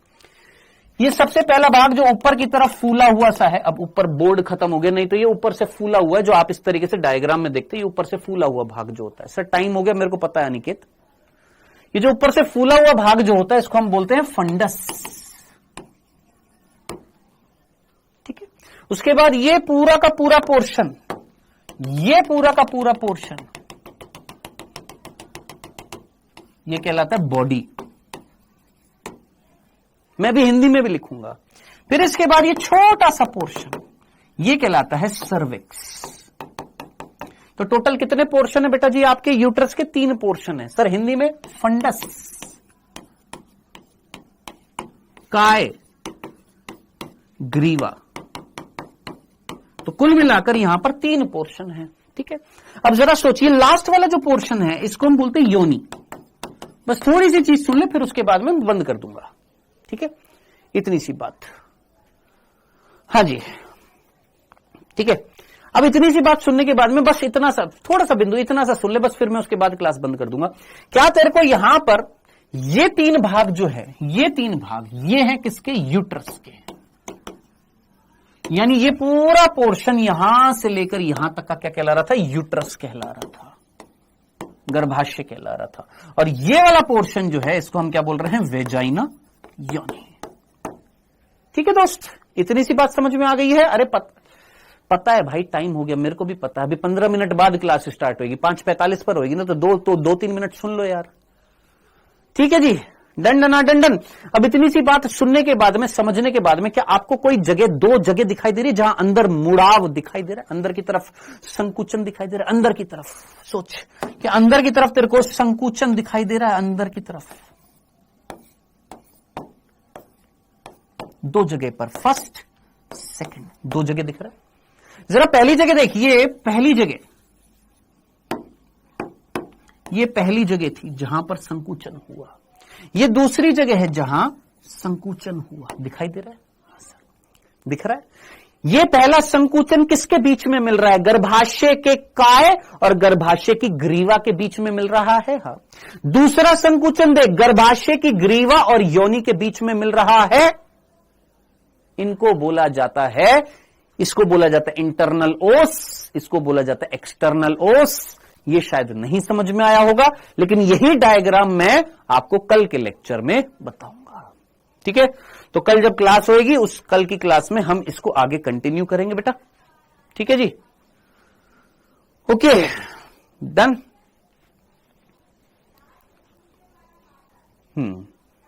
सर मिड बॉडी क्या है? पढ़ाना, पढ़ाई करना, सेल साइकिल, सेल डिवीजन पढ़ना, मिड बॉडी याद आएगी। सर जी कल क्लास होगी? हाँ कल क्लास होगी। क्यों, कल क्या है भाई? कल क्या है? अच्छा कल सैटरडे है। और यार सैटरडे है, सैटरडे है, कुड़ी सैटरडे, सैटरडे करती रहती है। देखो एक काम करते हैं, ढिंका चिका ढिंका चिका ढिंका चिका ढिंका चिका। एक काम करते हैं, कल क्लास करते हैं, ठीक है। कल अपन 3 बजे से क्लास करते हैं, 3 PM पर, ठीक है। थोड़ी लंबी क्लास करते हैं कल। बोलो, है दम, है दम। ढिंचक बाजीराव सिंघम, बोल। मेरे को डिस्टर्ब तो नहीं करेगा, पढ़ाने देगा ना?